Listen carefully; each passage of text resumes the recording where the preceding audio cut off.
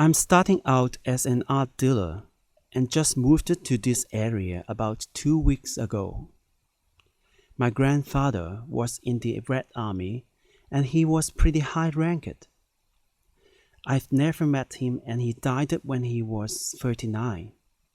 My dad was only 6 years old then. There is a larger collection of his medals in his last home in Hulan, but here is just a small part. You are fashionable, but not so Western-styled in a way. I would mistake you were Korean from your look. My grandfather was actually from Shandong and joined the army when he was only 18. I'm indeed not very familiar with these things and only asked my mom to bring them over last month. Because I'm working on a short history, kind of finding out her own past. You are intelligent and smart. You are so well prepared and organized. But I felt you were a bit alert to me. You were careful with my questions and only answered properly.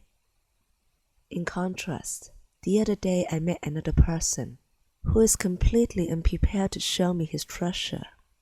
After a few moments, he just grabbed something in his sight. Surprisingly, he is so honest. Even to show an old object which related to his love affair many years ago. He was in the Korean War. But sorry, I really don't know what these medals and documents mean exactly. You know you have a very rare and important collection, which contains so much historical value. You carry it a lot, but I'm not sure if you're really connected to it personally. Perhaps it's natural as you never met your grandpa. Here I have this, a passport issued by Mao for the army of August 1st.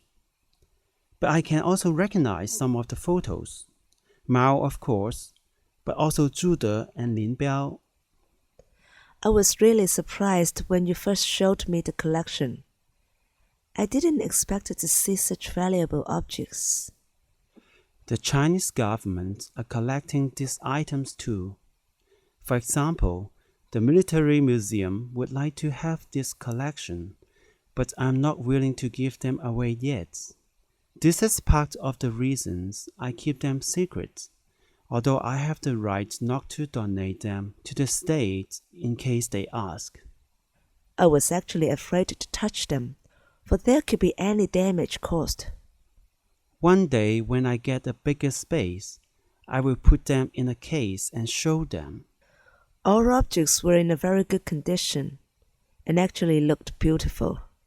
And there are also certificates of housing and the death certificates. It states he entered the army in 1940 and died in 1960 of sickness. It was issued in 1961. When he died, it was a story that they still found 2 bullets in his body. I think he's quite important in terms of the Chinese history. It was indeed his death certificate struck me, all because of the contrast from viewing all those medals of honor. And now he's dead. An exhibition of these objects in the name of the lost and forgotten people at the time of history would be nice. He was from a poor family and was on the road everywhere in the countryside. There are a lot of touching stories. My grandmother was a nurse and they met during the Korean War. Since my granddad didn't write, my grandma taught him. These are from my father's memory.